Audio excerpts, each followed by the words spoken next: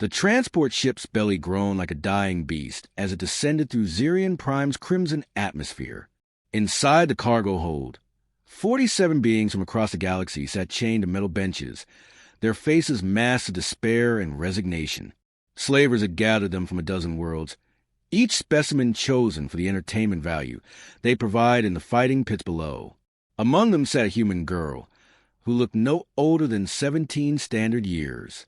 Her name was Chen, and she was about to teach the Xerion Empire why humans were classified as Deathworlders. "Look at that one," sneered Vex, a reptilian guard whose scales gleamed with artificial enhancement. He pointed a clawed finger toward Kira. "Soft pink skin, no natural weapons, no armor plating.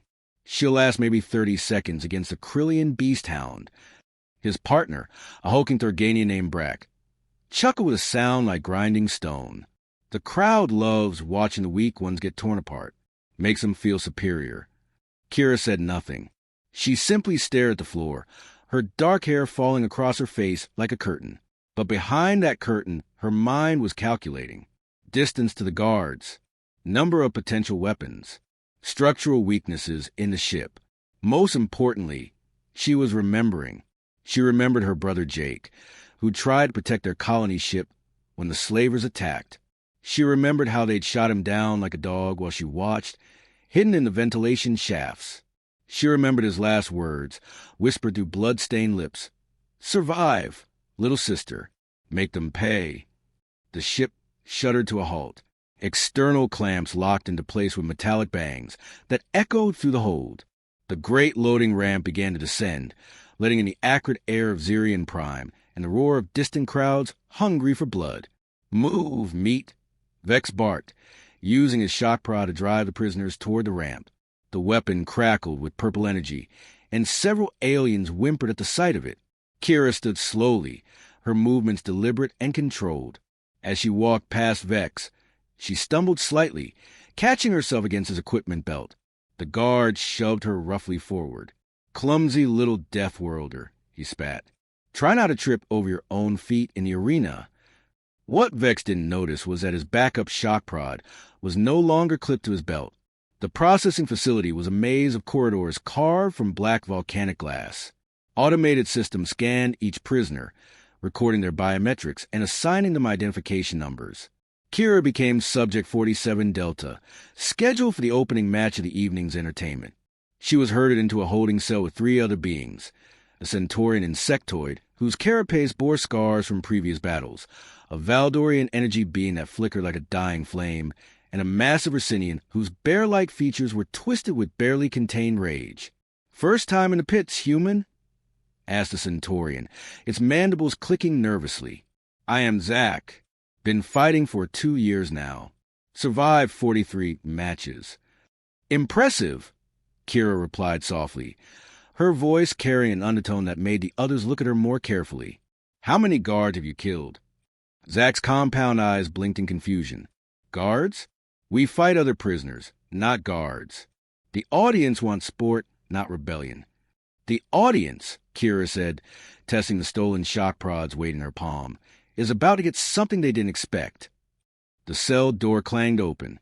4 armed guards stood ready, their weapons trained on the prisoners.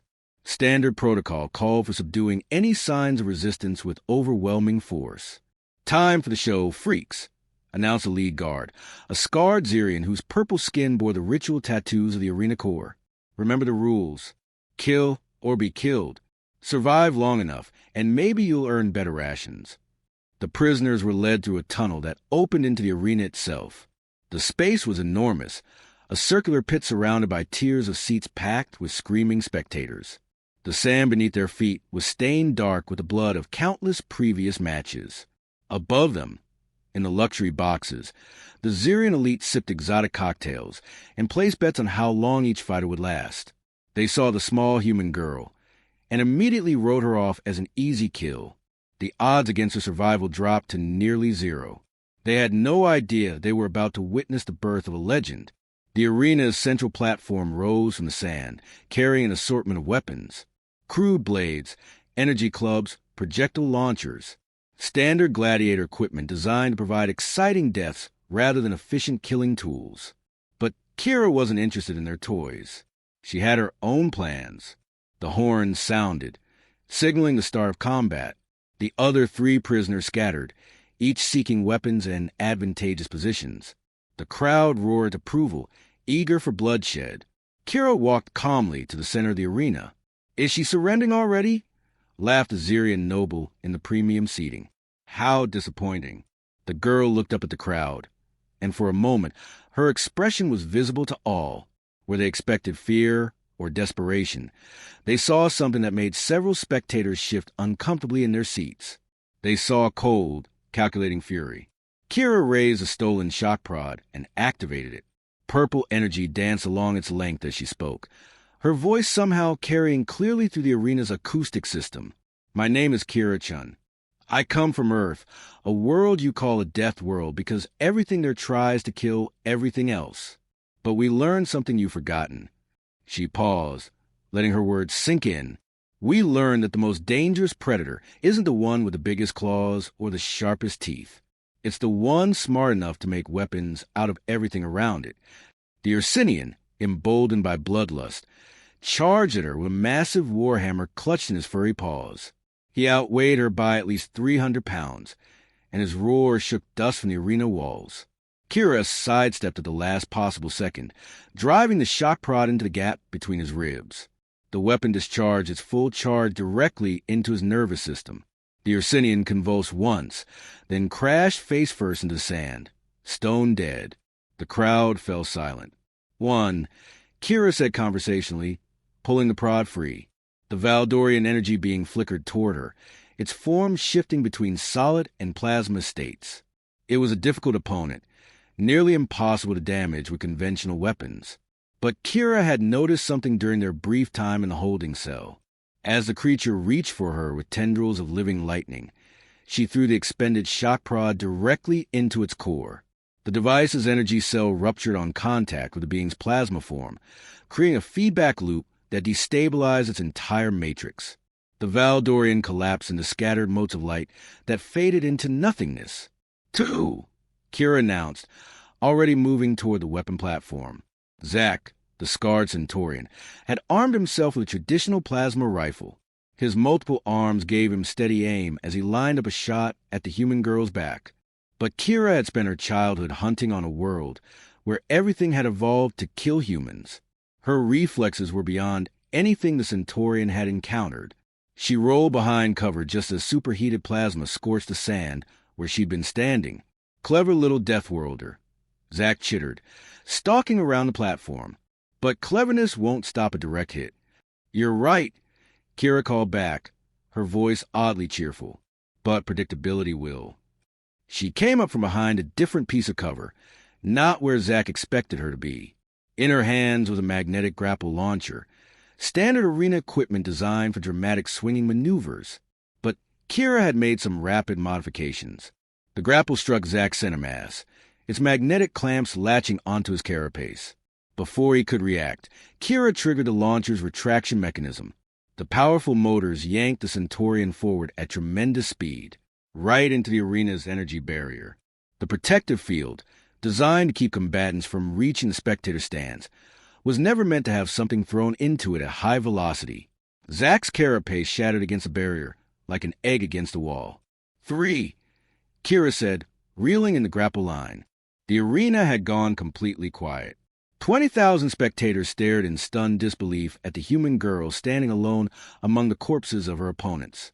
But the silence didn't last long. "Impossible!" snarled Warlord Thax from his luxury box.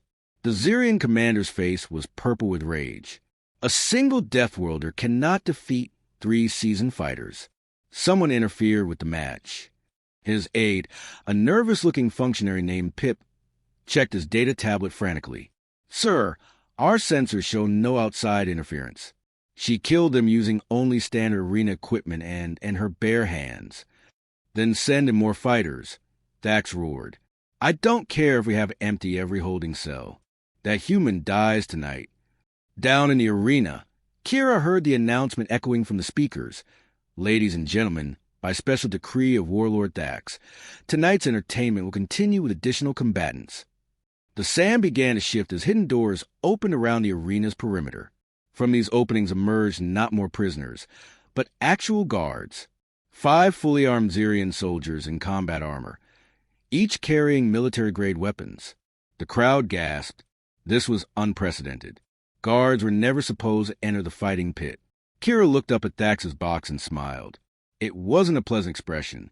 Finally, she said, loud enough for the arena's sensors to pick up, I was getting bored. The 5 guards spread out in a standard assault formation, their energy rifles charging with high-pitched whines.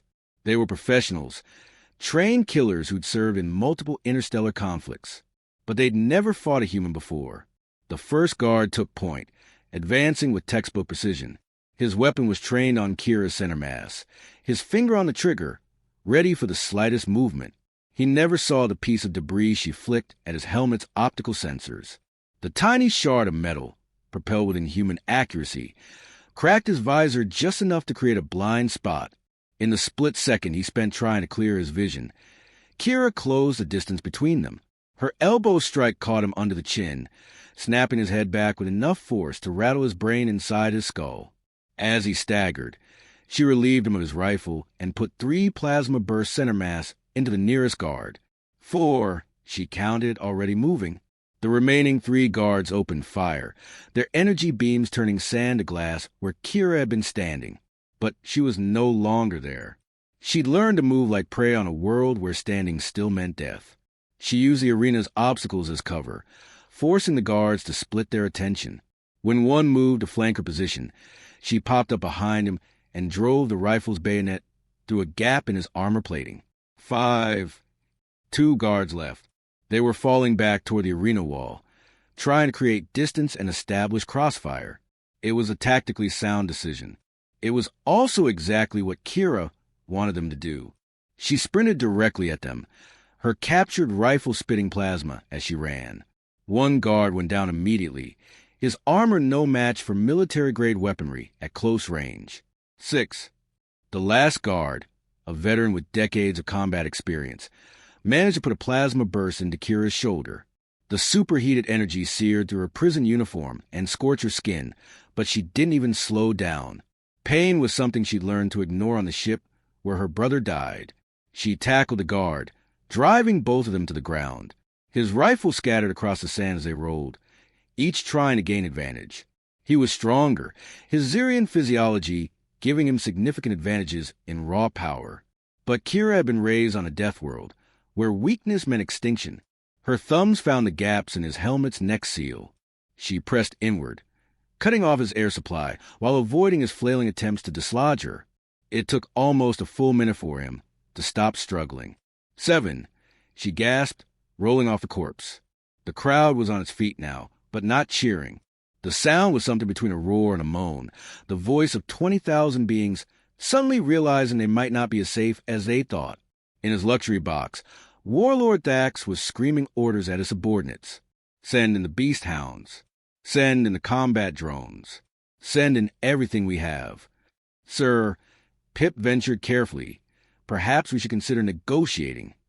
Thax backhanded his aide so hard the smaller being went flying across the box. Negotiate? With a single Deathworlder? I am Warlord Thax, conqueror of 16 systems. I do not negotiate with meat. But down in the arena, the meat was doing something that made even a warlord's blood run cold. Kira had found the guard captain's personal communicator among his equipment. She activated it and spoke directly to the arena's command center. This is Subject 47 Delta. I have a message for whoever's in charge up there. Her voice was calm, conversational, almost friendly. You killed my brother. You destroyed my home. You thought I was just another piece of entertainment for your sick games. She paused, looking up at the luxury boxes where the Xerion elite were scrambling for the exits. You were wrong. I'm not entertainment. I'm not a victim. I'm a predator from a world that eats predators for breakfast. And I'm just getting started. The arena's main doors, massive barriers designed to contain the deadliest creatures in the galaxy, began to grind open. From the darkness beyond came the sound Kira had been waiting for. Roars, howls, the chittering of things with too many teeth. The Beast-Hounds were coming. But as the first creatures emerged into the arena's blood-stained sand, something impossible happened. They took one look at the small human girl standing among the corpses of 7 beings, and they stopped. Their enhanced senses could smell something the crowd couldn't. They could detect the pheromones of a killer, the chemical signature of something that had killed without hesitation or mercy. Their genetically programmed hunting instincts were screaming warnings. The pack leader, a creature the size of a small shuttle with claws that could rend steel, actually took a step backward. Kira looked at the beast and laughed. It was not a sound that belonged in the throat of a 17-year-old girl. "Smart boys," she said approvingly. "You know death when you smell it." She began walking toward the arena's main entrance, stepping over the cooling corpses of the guards who thought they could kill her. The Beast-Hounds parted before her like water, their predatory instincts completely overwhelmed by something deeper and more primitive. Fear. Behind her, the crowd was in full panic. Spectators were fighting each other to reach the exits, trampling the weak and slow in their desperation to escape. The arena's security systems were in chaos, their automated responses designed for containing prisoners, not protecting against them. As Kira reached the entrance to the arena complex proper, she stopped and looked back one final time. Her gaze found Warlord Thax's luxury box, where the purple-skinned tyrant was frantically barking orders into his communicator. "Hour 1, she called out, her voice carrying clearly through the arena's acoustic system. 8 dead. Hour 2 is going to be much worse." Then she disappeared into the complex's shadowy corridors, leaving behind a legend that would spread across the galaxy like wildfire. The story of the Deathworlder girl, who turned a gladiator pit into a graveyard. The story was just beginning. The administrative levels of the Xerion arena complex had never been designed for combat. Curved corridors lined with viewing screens and betting terminals created a maze that favored ambush over direct confrontation. Emergency lighting bathed everything in hellish red, activated when the arena's security protocols recognized a code black scenario. Total containment breach. Kira moved through the passages like a ghost, her bare feet silent on the polished floors. The stolen rifle felt comfortable in her hands, its weight and balance familiar from countless hours of training back on Earth. Her father had been a colonial defense instructor before the slavers came. He'd made sure his children knew how to fight. She'd been a good student. The first security checkpoint appeared around a bend in the corridor. 2 guards hunched behind an energy barrier, their weapons trained on the approaching passage. Standard defensive position, textbook execution. Completely useless against someone who understood 3-dimensional warfare. Kira looked up at the maintenance access panels running along the ceiling. On a death world, you learned to think vertically or you died young. She pulled herself up into the narrow crawl space above, moving carefully to avoid making noise. The guards below never looked up. In their experience, prisoners stayed on the ground like civilized beings. She dropped through a ceiling panel directly behind them. "Boo!" she whispered. The first guard spun around, his rifle swinging toward her. But Kira was already moving, her stolen weapon's bayonet finding the gap between his helmet and chest armor. The blade punched through his throat, and he went down gurgling. His partner managed to get off a wild shot that melted a section of wall. Kira's return fire was considerably more accurate. 9 and 10, she counted, stepping over the bodies. The security station's monitors showed her the layout of the complex. Dozens of screens displayed different sections, and she could see armed figures moving through the corridors like antibodies responding to an infection. They were coordinating their response, trying to box her in. It was a good plan. It might have worked against a normal prisoner. But Kira wasn't normal. She was human. She activated the station's internal communication system and spoke into the microphone. "Attention, Xerion personnel. This is your new nightmare speaking. By now you've probably figured out that your little gladiator show has gone sideways. 7 of your people are dead in the arena, and 2 more just joined them up here." She paused, watching the monitors, as guards throughout the complex stopped to listen to her words. "I know you're probably thinking this is just some kind of prisoner revolt, that you can contain me with standard protocols and superior numbers. You're wrong. I'm not rebelling against your system. I'm hunting every single one of you." On the screen, she could see several guards backing away from their positions, their body language showing the first signs of real fear. "My brother died because of people like you. My colony died because you thought humans were easy prey. You made one small mistake in that assessment. Her voice dropped to barely above a whisper, but the microphone picked up every word. You forgot that prey animals don't hunt. She cut the transmission and began moving deeper into the complex. The response was immediate. Blast doors began slamming shut throughout the facility, emergency lockdown procedures designed to trap her in a single section. But Kira had studied the schematics on the security monitors. She knew about the maintenance tunnels. While the guards repositioned themselves behind the sealed barriers, she was crawling through service passages they'd forgotten existed. The complex had been built by the lowest bidder, and cost-cutting measures had left gaps in their security coverage. Gaps just large enough for a determined human. She emerged in the facility's central hub, a multi-level command center, where the arena's operations were coordinated. Banks of computers monitored everything from environmental systems to crowd control, while tactical displays showed the positions of every security team. Most importantly, she could see Warlord Thax's private elevator, a direct lift to his command bunker deep beneath the complex. But first, she had to deal with the 12 guards stationed throughout the hub. The element of surprise was gone now. They knew she was coming, knew she was dangerous. They'd abandoned their normal patrol routes and formed defensive clusters, using computer stations as cover while maintaining overlapping fields of fire.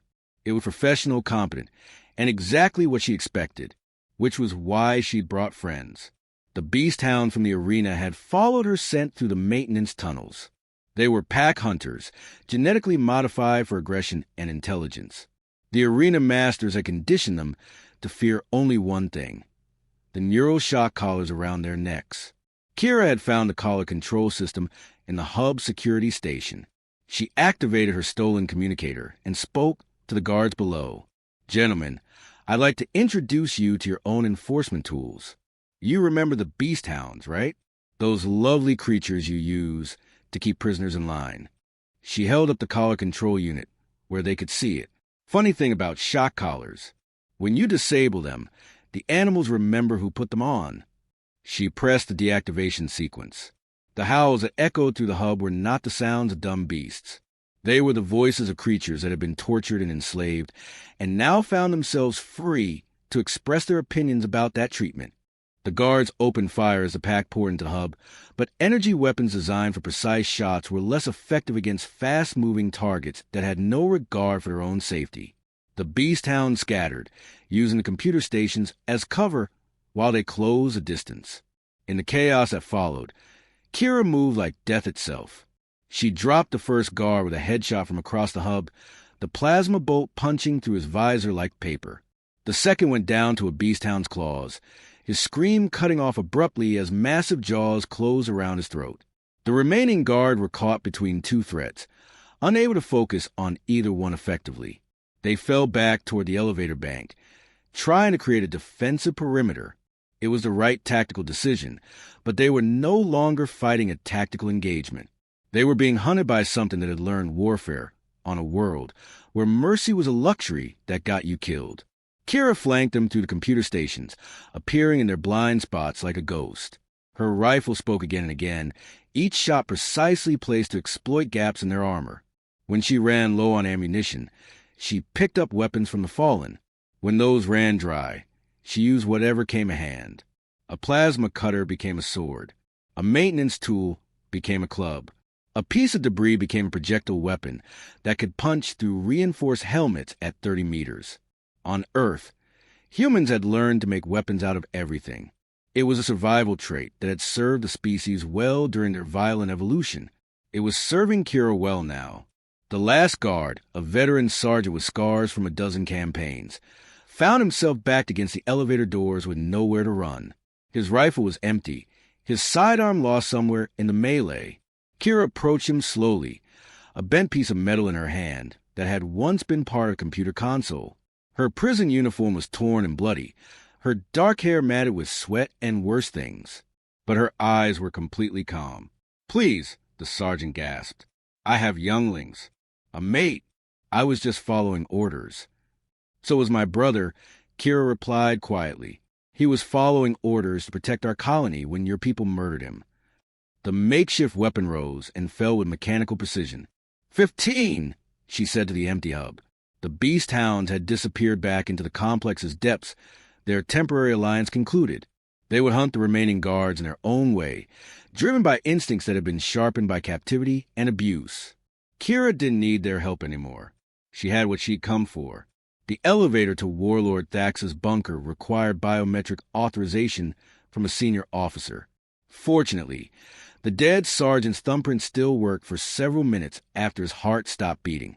The lift descended through layers of reinforced construction, past emergency bunkers and protected archives, finally stopping at a level that didn't appear on any public schematics.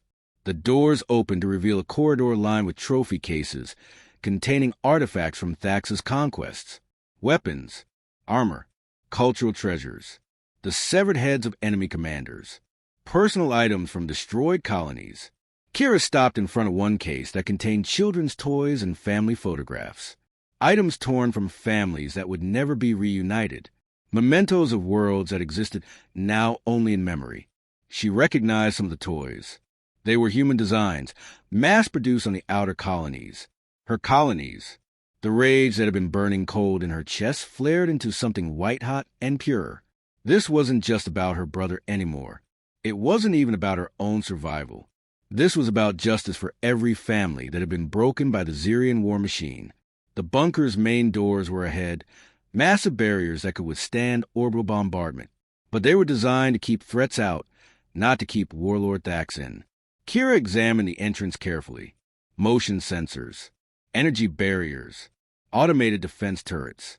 It was a fortress within a fortress, protected by systems that could kill a dozen attackers before they got within 50 meters of the doors. But the designers had made one crucial error. They'd assumed any attacker would come from the outside. The ventilation system was routed through the trophy corridor to prevent condensation from damaging Thax's collection. Standard environmental engineering, with one small oversight. The intake vents were large enough for human infiltration. On Earth, the first rule of survival was simple. If you couldn't go through an obstacle, you went around it. If you couldn't go around it, you went over or under it. And if none of those options worked, you found a way to make the obstacle come to you. Kira had a better idea. She activated her communicator one final time, broadcasting on all frequencies. Warlord Thax, I know you're listening. I know you're hiding in your little bunker, surrounded by toys stolen from the people you've murdered. I want you to understand something very important. She looked directly into one of the corridor security cameras. I'm not here to capture you. I'm not here to ransom you. I'm not even here to make you suffer, though that's going to happen anyway. I'm here to erase you, to make sure that when I'm done, there won't be enough left of you to identify. Deep in his bunker, Warlord Thax watched the security feeds with growing horror. The small human girl stood among his trophies like an avenging spirit, her blood-stained face illuminated by the display case's soft lighting. "Sir," one of his aides whispered, "perhaps we should consider evacuation. The emergency shuttle is still operational." Thax struck him down with a backhand that shattered bones. "I am Warlord Thax. I do not flee from a single Deathworlder, no matter how many guards she's killed." But privately, he was beginning to wonder if his confidence was misplaced. The girl had killed 15 trained soldiers and turned his own security systems against him. She demonstrated tactical awareness that belonged in military academies, not prison cells. Most disturbing of all, she'd shown no fear. Not when facing the Beast-Hounds, not when outnumbered by armed guards, not even when confronting the automated defenses of his bunker. Fear was how you control beings. Without fear, they became unpredictable. And unpredictable enemies were the most dangerous kind. On the security monitors, he watched Kira disappear into the ventilation system. The cameras couldn't track her through the maintenance shafts, leaving him blind to her movements. For the first time in his military career, Warlord Thax felt something he'd never experienced before. He felt like prey. The bunker's environmental system was more sophisticated than the arena complex above. Multiple air handlers, filtration systems, and backup generators create a network of passages that honeycomb the installation's superstructure. Kira moved through them like she'd been born in the dark. Her childhood on the frontier colonies had taught her to navigate by sound and touch when the power failed during storms. The skills that kept her alive during blackouts were serving her well now. She could hear voices echoing through the air shafts. Thax barking orders at his remaining subordinates, guards being repositioned, defensive systems being activated. But she could also hear something else. Something that made her smile in the darkness. Fear. It was in their voices, in the way they spoke too quickly or too quietly, in the pauses between words where they tried to listen for sounds that shouldn't be there. They were starting to understand what she tried to tell them from the beginning. They weren't dealing with a prisoner anymore. They were dealing with a predator. And predators always found a way to reach their prey. The ventilation shaft she was following opened into a junction box near the bunker's primary power coupling. Standard safety protocols required multiple access points in case of maintenance emergencies. What they hadn't considered was that those same access points could be used by someone who understood how to weaponize infrastructure. Kira began to dismantle the power coupling with tools she'd taken from dead guards. It was delicate work that required precise timing. Too fast, and the emergency systems would kick in before she could complete her sabotage. Too slow, and Thax's people would locate her before she finished. But she'd learned patience on a world where hasty decisions meant death. The coupling came apart in her hands like a puzzle she'd solved 1,000 times before. The bunker's lights flickered once, then died as backup power struggled to compensate for the sudden load imbalance. In the darkness that followed, she heard Thax screaming at his technicians. Fix it now, or I'll feed you to the Beast-Hounds myself." But the Beast-Hounds were already dead, torn apart by the automated defenses they'd triggered while hunting the remaining guards.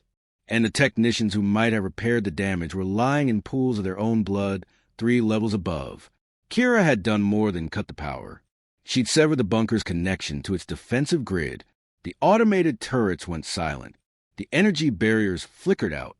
The blast doors, dependent on electromagnetic locks, began to unseal themselves as their fail-safes activated. In the space of 30 seconds, the impregnable fortress had become a tomb, and Kira was already inside. She dropped through a maintenance hatch into the bunker's main corridor, landing silently on the polished floor. Emergency lighting cast everything in hellish red, turning the opulent decorations into something from a nightmare, which was appropriate because Warlord Thax's nightmares were about to become very real indeed. The remaining guards had formed a defensive line across the corridor, their weapons trained on every possible approach. They were professionals, veterans of countless battles who'd faced death many times before. But they'd never faced anything like the thing that walked out of the shadows toward them. Chen looked like a teenager who'd been through hell. Her clothes were torn, her skin marked with cuts and burns from her journey through the complex. She carried no weapons, bore no armor, showed no signs of superhuman enhancement. But she moved with the fluid grace of something that had evolved to kill, and her eyes held the cold patience of a creature that had never known defeat. The guards opened fire. Every shot missed, not because their aim was poor, but because their target was no longer where their weapons were pointed. She flowed between the energy beams like water, closing the distance with movements that seemed to violate the laws of physics. The first guard went down to a strike that crushed his windpipe. The second fell when his own rifle was turned against him. The third managed to draw his sidearm before Kira's bare hands found the pressure points in his neck that would stop his heart. In less than 20 seconds, the defensive line had become a scatter of cooling corpses. 28. Kira said quietly, stepping over the bodies toward the bunker's inner sanctum. The final door was not locked. It didn't need to be. What waited beyond was not a treasure vault or a command center. It was a simple office, furnished with understated elegance. Behind a desk carved from Terran oak sat Warlord Thax, his purple skin pale with fear, but his eyes still holding defiance. He was not alone. 2 figures flanked his chair, bodyguards whose augmented physiques and advanced weaponry marked them as elite soldiers. The kind of beings who'd never known defeat, never retreated, never shown mercy. They looked at the blood-soaked human girl standing in their doorway and reached for their weapons. Kira raised her hands, showing empty palms. "I'm not armed," she said conversationally. "I don't need to be." The first bodyguard's plasma rifle was halfway to his shoulder when Kira moved. She covered the distance to his position in 2 steps, her hand closing around the weapon's barrel before he could bring it to bear. The rifle discharged into the ceiling as she twisted it from his grip, the superheated plasma melting decorative fixtures. The weapon reversed direction, its stock striking him in the temple with enough force to crack his reinforced skull. He dropped like a stone. The second bodyguard was faster, more experienced. His shots came within centimeters of their target, energy beams that would have vaporized anything they touched. But Kira was no longer there. She'd learned to fight on a world where being hit meant death. Dodging wasn't just a skill for humans. It was an evolutionary requirement. Every child on the frontier colonies could move like she was moving now. Most of them just never had reason to use those skills against sentient beings. The bodyguard's rifle ran dry. He reached for his backup weapon, a military-grade sidearm that could punch through vehicle armor. Kira's hand closed around his wrist before the gun cleared its holster.